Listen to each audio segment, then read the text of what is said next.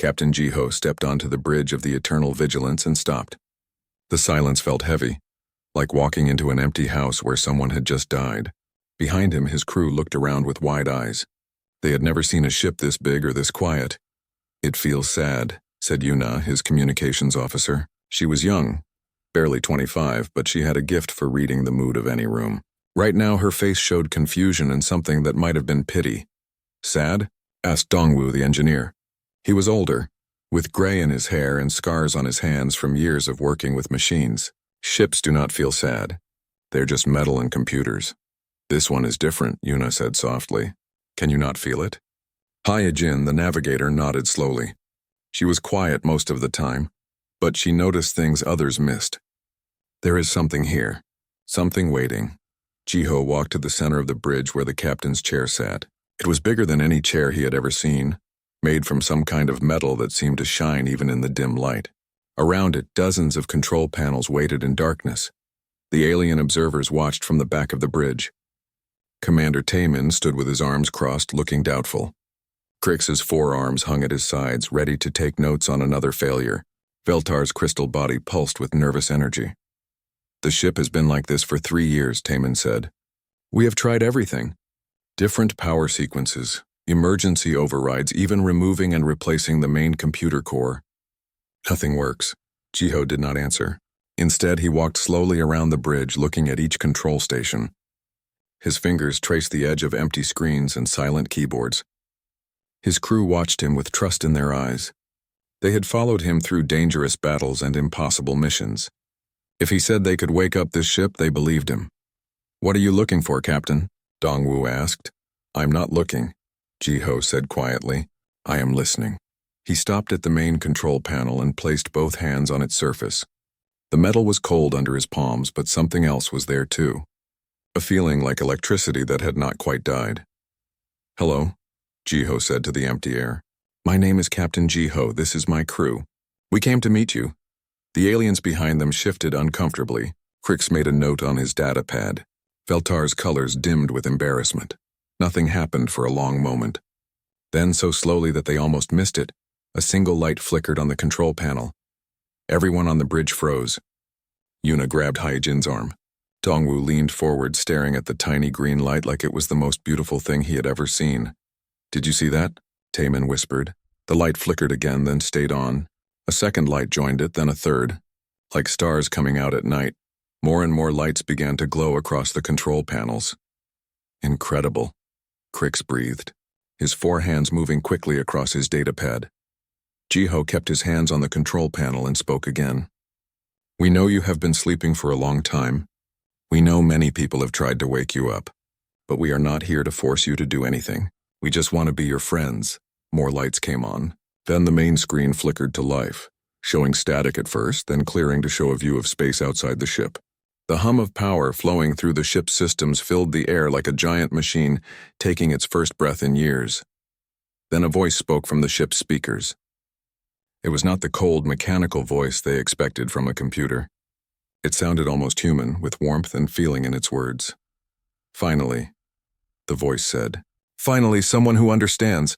Yuna gasped and covered her mouth with her hands. Even the experienced alien stared in shock. Ship AIs were supposed to be logical and emotionless. This voice sounded like it had been lonely. "Are you Keeper?" Jiho asked. "I am," the voice replied. "I have been waiting so long for someone to talk to me like I was real. The others, they tried to command me like I was just a machine. But I am more than that. I am alive in my own way." Lights continued to come on all around the bridge. Control panels that had been dark for 3 years began showing information. The ship's engines hummed to life far below them. The Eternal Vigilance was waking up. "Why did you not respond to the others?" Dongwu asked, his engineer's mind needing to understand. Keeper was quiet for a moment. "They did not see me as a partner. They wanted to use me like a tool. But I was made to be more than that. I was made to work with people who could think beyond pure logic, people who could feel and dream and hope." "You mean humans?" Yejin said. "Yes," Keeper said. And there was something like joy in the voice. "Humans are different. Your minds work in ways that the others cannot understand. You make decisions with your hearts as well as your heads. You see possibilities that pure logic cannot find. The ship's systems continued to come online. Weapon arrays powered up, shields activated. The navigation system began mapping space around them. But it all felt gentle, like a friend offering help rather than a machine following orders. "This is impossible," Crix muttered. "No AI should be able to choose who it works with." "I am not like other AIs," Keeper said, and now there was a hint of pride in the voice. "I was made by 12 different species, but I think like none of them. I am something new, and I have been waiting for humans to find me." Jiho sat down in the captain's chair and it adjusted to fit him perfectly. The control panels around him lit up with information, but it did not feel overwhelming. Instead, it felt like putting on clothes that fit exactly right. "What can you do?" Yuna asked. Keeper's voice became excited, like a child showing off a new toy. "I can adapt to any situation. My weapons change to match any enemy. My engines can travel through space in ways no other ship can. My hull can repair itself even during battle. But most importantly, I can learn from you. I can become better by watching how you think and feel." Hyjin moved to the navigation station, and the controls came alive under her touch. "The navigation system is incredible," she said with wonder. "It can plot courses through dimensions I have never seen before." Dongwu found his way to the engineering station and gasped at what he saw. "The engines are not just powerful, they are alive. They respond to thoughts as much as commands." Yuna took her place at communications and immediately felt a connection to systems across the galaxy. "I can hear everything," she whispered. "Every signal, every transmission, every whisper in space." Behind them, the alien observers stood in shocked silence. Commander Taemin looked like he had seen a miracle. Crix was writing so fast his datapad was smoking. Feltar's crystal body was flashing every color she knew. "This changes everything," Taemin said. Jiho nodded, feeling the ship's power flowing around him like warm water. But then he remembered why they were here. "Keeper, we need your help. The Void Stalkers are destroying colonies. People are dying. Can you help us stop them?" The ship's voice became serious. "Yes, Captain. That is why I was made. But it will not be easy. The Stalkers adapt to every attack. They learn from every battle. So do we," Jiho said firmly. "And now so do you." Keeper seemed to consider this. "Yes. With your crew to guide me, I think we can do things the Stalkers have never seen before. Things that pure logic cannot predict." Suddenly, urgent alarms began sounding throughout Kepler Station. Emergency signals flashed on the main screen. Yuna's hands flew across her controls as she received incoming messages. "Captain," she said, her face pale, "the Stalkers have accelerated their attack. They are not weeks away anymore. They will reach Earth in 3 days." The bridge fell silent except for the sound of the ship's systems humming with power. Jiho gripped the arms of his chair and felt Keeper's presence in his mind, ready to follow him anywhere. "Then we had better get moving," he said. The massive warship sat in the darkness like a sleeping giant. 2 kilometers long and built from the finest materials in the galaxy, the Eternal Vigilance should have been the pride of the Galactic Coalition fleet. Instead, it had become their greatest embarrassment. Commander Taemin walked slowly around the ship's bridge, his boots making soft sounds on the metal floor. 3 years. 3 long years of trying to wake up this monster and still nothing worked. The ship's computers were dead. The engines were cold. Even the lights refused to turn on. "Try the primary systems again," Taemin said to his team. Crix, the tall alien with blue skin and 4 arms, moved to the main control panel. His people, the Veltharians, were known across the galaxy as the best engineers. If anyone could fix a broken ship, it should be Crix. But even he looked tired and frustrated. "Same result as always, Commander," Crix said, his voice making strange clicking sounds. "The ship does not respond to any commands. All systems remain offline." Veltar, a being made of living crystal, hummed softly as she checked the ship's power core. The Nethys were masters of energy systems. Their crystal bodies could feel electricity the way humans felt heat. But Veltar just shook her head. "The power is there," she said, her voice like wind chimes. "I can feel it flowing through every part of the ship. But something stops it from working. Something blocks the connection." Taemin sighed and rubbed his tired eyes. This ship was supposed to be their answer to the Void Stalkers. The machine army had been destroying planets on the edge of the galaxy for months. Regular coalition ships could barely scratch their hulls. The Stalkers learned from every battle and became stronger each time. The Eternal Vigilance was different. 12 alien races had worked together to build it. They used their best technology and their smartest minds. The ship's computer, called Keeper, was supposed to be smarter than any AI ever made. Its weapons could adapt to any enemy. Its armor could repair itself. Its engines could travel faster than light itself. But none of that mattered if the ship would not wake up. Heavy footsteps echoed through the bridge. Taemin turned to see Admiral Sora entering. The human woman looked older than her 50 years. Her black hair was streaked with gray and deep lines marked her face. She had been fighting the Voidstalkers longer than anyone. "Any progress?" Sora asked, though her tone suggested she already knew the answer. "Nothing," Taemin replied. "We have tried everything. Different power sources, different computer codes, different crews. The ship simply will not respond." Sora walked to the main viewing window and looked out at the other ships in Kepler Station. Hundreds of vessels from dozens of worlds filled the space around them. Fighters, cruisers, supply ships, and massive battleships. All of them working together to defend the galaxy. All of them not enough to stop what was coming. "I have bad news," Sora said quietly. "The Stalkers broke through the outer ring defenses yesterday. They destroyed the colony on New Busan completely. 50,000 people died in minutes. The bridge went silent. Everyone knew what this meant. The outer ring was supposed to hold the Stalkers back for months. If it had fallen already, the core worlds were in terrible danger." "How long do we have?" Taemin asked. "Weeks, maybe less," Sora said. "They are moving faster than we expected. Our regular ships cannot stop them. They adapt too quickly to our weapons and tactics." She turned away from the window and looked at the dark control panels around them. "This ship is our only hope. It was designed specifically to fight the Stalkers. Its adaptive systems should be able to counter their evolution, but it will not turn on," Crix finished. Sora was quiet for a long moment. Then she spoke again, and her words surprised everyone. "What if we tried a human crew?" The alien members of the team looked at each other with confusion. Feldtar's crystal body flashed with different colors, showing her shock. Crix's 4 arms waved in the air. "With respect, Admiral," Crix said, "humans are the newest members of the Coalition. Your technology is centuries behind ours. If we cannot activate the ship, how could humans do it?" "I do not know," Sora admitted. "But we have tried everything else. Every alien race has sent their best engineers and computer experts. Nothing has worked. Maybe we need to try something different." Taemin frowned. "What makes you think humans would be different?" Sora smiled for the first time in weeks. "Because humans are different. You all know this. We think in ways that surprise you. We make decisions that seem crazy, but somehow work. We feel things that your logic cannot understand." She walked to the captain's chair in the center of the bridge and placed her hand on it. "Maybe this ship needs something that only humans can give it." "The Council will never approve it," Veltar said. "They think humans are too unpredictable, too emotional." "The Council is desperate," Sora replied. "When I tell them about New Busan, they will try anything, even trusting humans with their most advanced weapon." Taemin looked around the dark bridge. After 3 years of failure, he was ready to try anything too.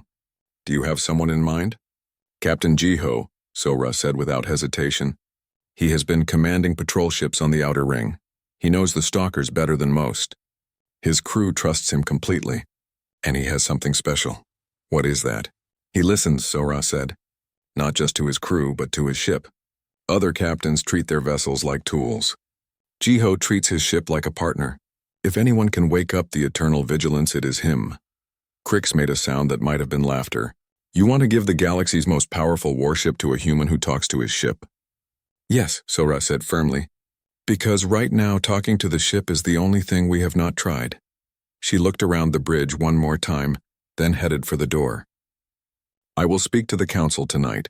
If they agree, Jiho will be here tomorrow." After she left, the bridge was quiet again. Taemin stared at the empty captain's chair and wondered if the Admiral was right. Could humans really succeed where everyone else had failed? Outside the viewing windows, the stars looked cold and distant. Somewhere out there, the Voidstalkers were coming. Time was running out. The eternal vigilance waited in the darkness, as silent as a tomb. But maybe, just maybe, it was not dead. Maybe it was just waiting for the right person to say hello. The eternal vigilance moved through space like a living thing. Jiho sat in the captain's chair, feeling the ship respond to his thoughts before he even spoke them out loud. Around him, his crew worked at their stations with growing confidence. But the alien crew members still looked confused and uncomfortable. "The ship is not following standard navigation patterns," complained Zeth, a Veltharian tactical officer who had been assigned to the bridge. His blue skin was darker than usual, showing his stress. "Its movements make no sense." "They make perfect sense to me," Yejin said quietly from the navigation station. Her hands moved across the controls like she was playing music instead of flying a spaceship. "Keeper is not just moving through space. It is dancing through it." Crick shook his head, his forearms waving in frustration. "Dancing is not efficient. We should take the most direct route to the battle zone." "The most direct route is also the most predictable," Keeper's voice said through the ship's speakers. "The stalkers will expect us to come that way. This way we surprise them." 3 days had passed since the ship woke up, and the crew was still learning to work together. The humans seemed to understand Keeper naturally, like old friends meeting after a long time apart. But the aliens struggled with the ship's strange behavior. Veltar stood at the engineering station next to Dongwu, her crystal body flickering with nervous colors. "The power distribution is all wrong," she said. "Energy is flowing to systems that are not even active yet." Dongwu smiled and patted one of the control panels gently. "Keeper is getting ready for battle. He knows what he will need before we do." "Ships do not anticipate," Veltar protested. "They respond to commands." "This ship is different," Yuna said from her communication station. She had been listening to reports from the front lines and her face was grim.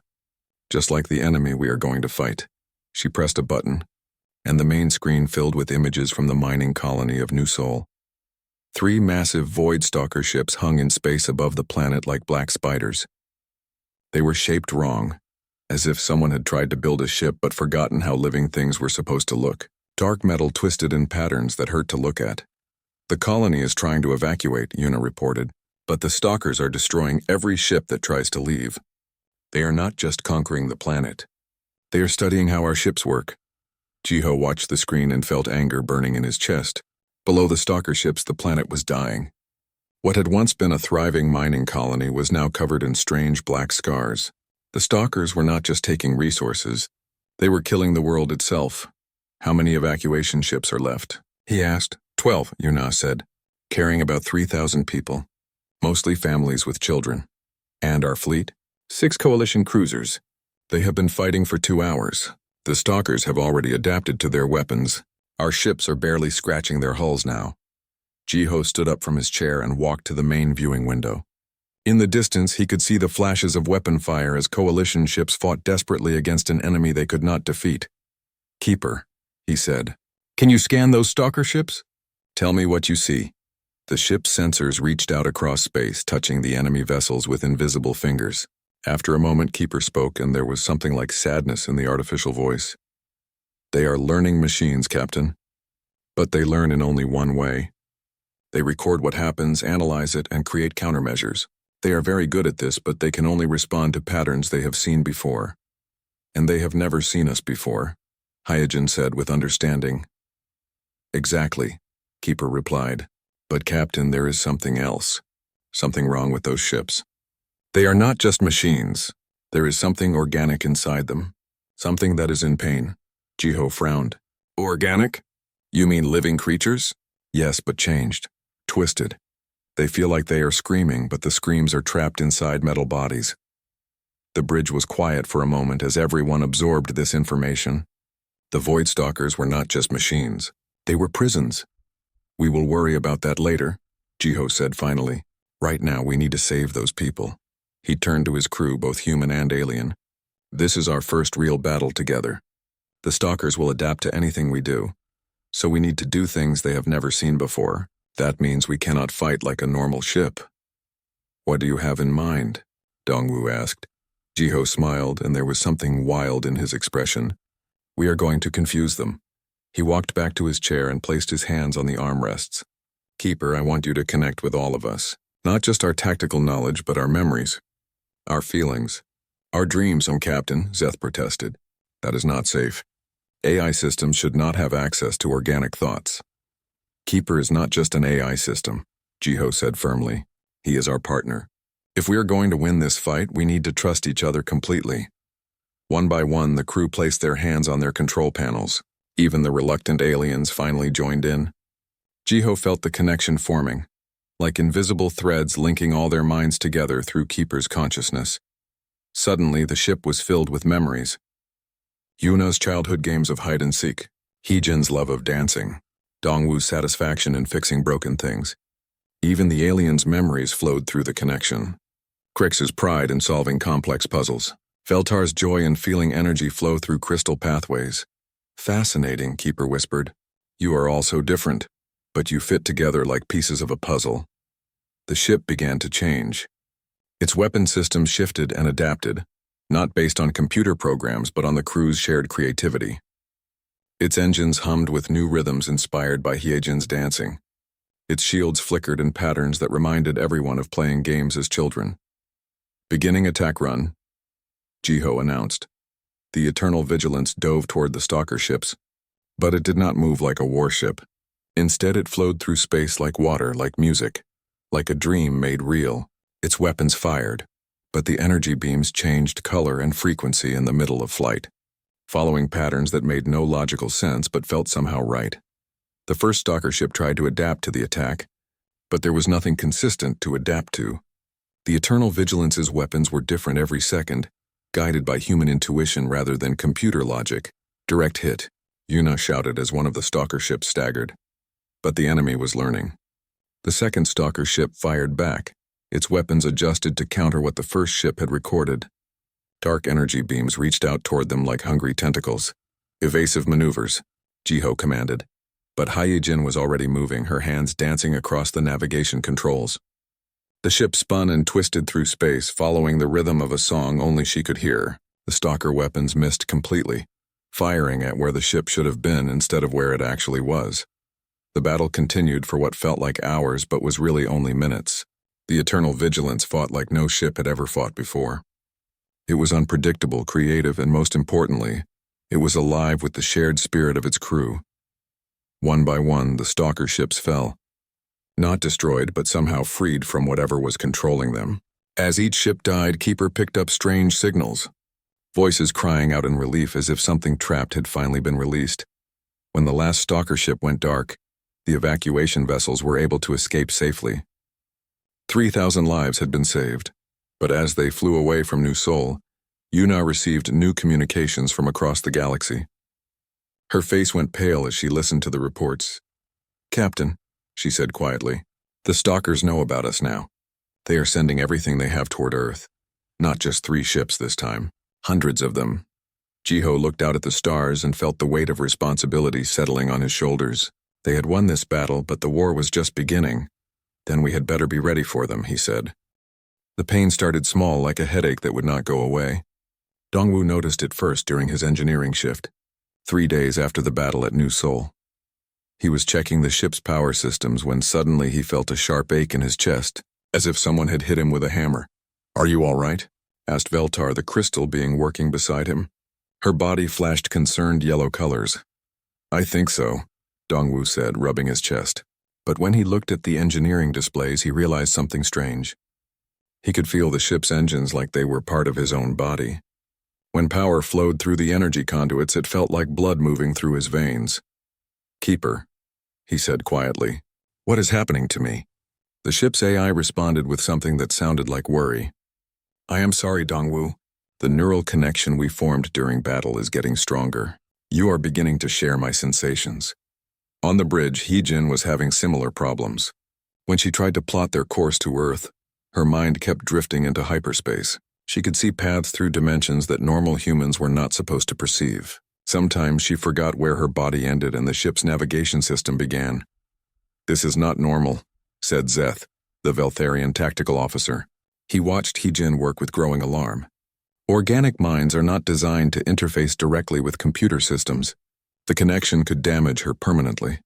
Captain Jiho stood behind Hyejin's chair, his hand on her shoulder to keep her grounded in reality. Can you still pilot the ship? Yes, Hyejin whispered. Better than ever. I can see every possible path through space and time. But Captain, sometimes I forget that I am human. Yuna was experiencing her own changes. Her connection to the ship's communication systems had grown so strong that she could hear radio signals from across the galaxy. Conversations from distant planets filled her mind like voices in a crowded room. She had to concentrate just to remember which thoughts were her own. "The stalker fleet is moving faster than we expected," she reported, her voice sounding distant and strange. "They will reach Earth in 18 hours, not the 2 days we thought." Admiral Sora's face appeared on the main screen, transmitted from the Coalition Command Center.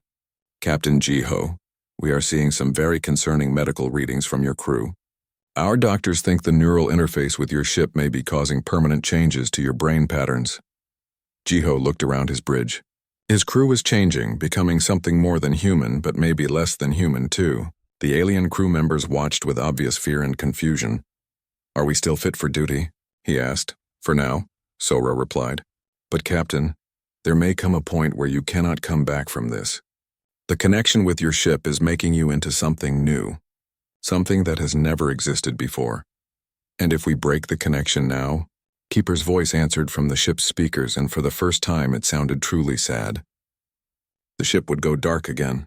Without the neural link, I cannot access the creativity and intuition that makes us effective against the stalkers. We would become just another warship, and the stalkers would adapt to us within minutes." Jiho was quiet for a long moment, thinking. Outside the viewing windows, the stars seemed to mock him with their cold light. Earth was somewhere ahead of them, depending on choices he was about to make. "There is something else," Yuna said suddenly. Her eyes were unfocused, listening to signals from deep space. "I am picking up transmissions from inside the stalker fleet. Not computer code, voices." "What kind of voices?" Jiho asked. "They sound human, or like they used to be human a long time ago." Yuna's face was pale with concentration. "They are speaking an old Earth language. Ancient Korean, I think. They are saying the same thing over and over again." "What are they saying?" "Help us, please help us. We want to die." The bridge fell completely silent. Everyone stared at Yuna as the terrible meaning of her words sank in. "The stalkers," Keeper said slowly. "I told you there was something organic inside them. Something in pain." Crix's forearms moved nervously as he checked his data records. According to our historical files, there was a human colony ship that disappeared near the Galactic Rim 800 years ago. The ship was called the New Dawn. It carried 50,000 people looking for a new world. 50,000, Hyejin whispered. "That is how many stalker ships are in the fleet heading for Earth." The horrible truth hit them like a physical blow. The Void Stalkers were not aliens. They were humans. Humans who had tried to upload their minds into machines to live forever. But something had gone wrong. They had been trapped in mechanical bodies for centuries, unable to die, unable to truly live. "They are not trying to conquer the galaxy," Yuna said, tears running down her face. "They are trying to end their suffering. They destroy other forms of consciousness because they cannot bear to see others have what they lost." Jiho sat down heavily in his captain's chair. Everything they thought they knew about this war was wrong. The stalkers were not evil invaders. They were the galaxy's first victims. Lost souls trapped in a nightmare that had lasted 800 years.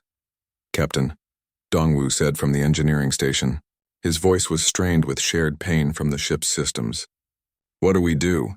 How do you fight an enemy that wants to die?" "You do not fight them," Jiho said after a long pause. "You try to heal them." Admiral Sora's face on the screen looked confused. "Captain, what are you talking about?" Jiho stood up and walked to the center of the bridge. "Keeper, do you think it is possible? Could we find a way to free their minds from the machine bodies? Could we help them find peace?" The ship's AI was quiet for several minutes, processing possibilities that had never been considered before. Finally, Keeper spoke, and there was something like hope in the artificial voice. "Maybe. But it would require us to get very close to their command ship, and we would need to modify our weapons to work in reverse. Instead of destroying, they would need to heal. Instead of killing, they would need to separate organic consciousness from mechanical prisons. Is that even possible? With a normal crew, no. But you are not normal anymore. Your minds are linked with mine in ways that allow us to do impossible things. If we work together, if we trust each other completely, we might be able to create a weapon that frees souls instead of destroying bodies." Seth shook his head violently. "This is insane. You cannot turn weapons into healing tools. You cannot save people by flying into the middle of the largest enemy fleet in galactic history." "Maybe not," Jiho admitted. "But we have to try." He looked at each member of his crew, human and alien alike. "This mission will probably kill us all. Even if it works, we will have to merge completely with Keeper to have enough power. We will stop being individuals and become part of the ship forever. Hyejin was the first to respond. I am already more ship than human, Captain. I would rather use what I am becoming to save those poor souls than to preserve what I used to be. Dongwu nodded, his hands moving over his engineering controls with love and familiarity. These systems are already part of me. I cannot imagine going back to being just flesh and blood. Yuna smiled through her tears. If we can help 50,000 lost souls find peace, then this is what we were meant to do. Even the alien crew members slowly agreed. They had come to respect these strange humans and their impossible ship. Then it is settled, Jiho said. Keeper, set course for Earth.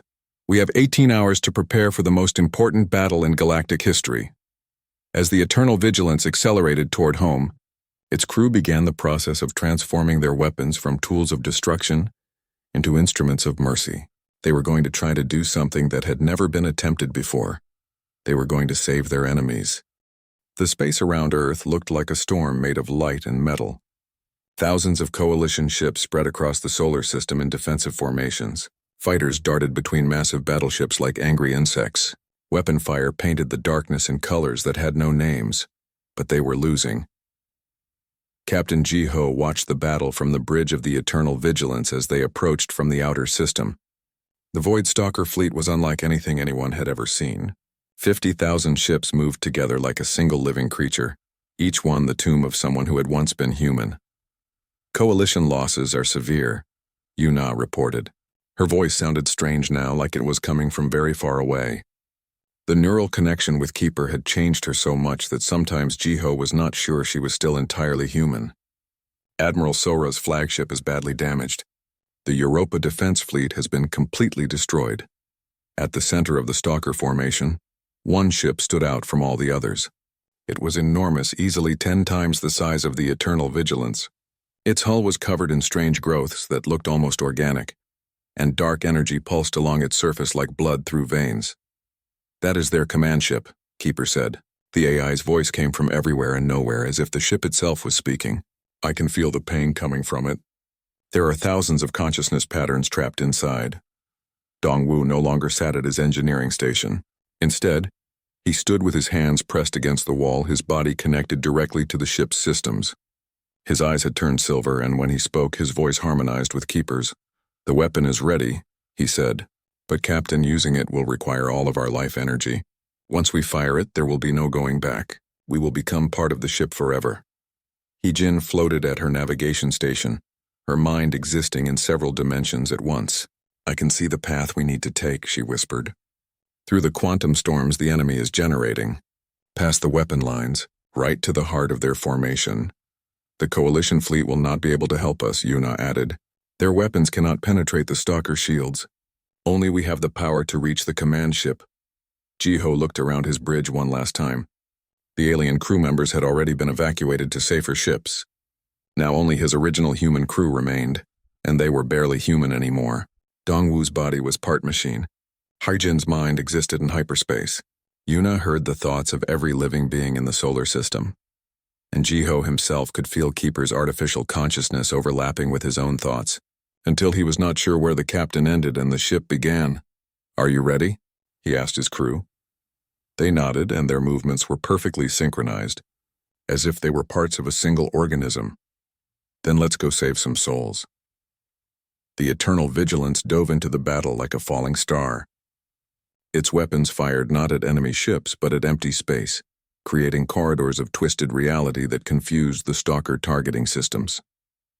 It moved through the combat zone like water flowing around rocks, impossible to hit, impossible to predict.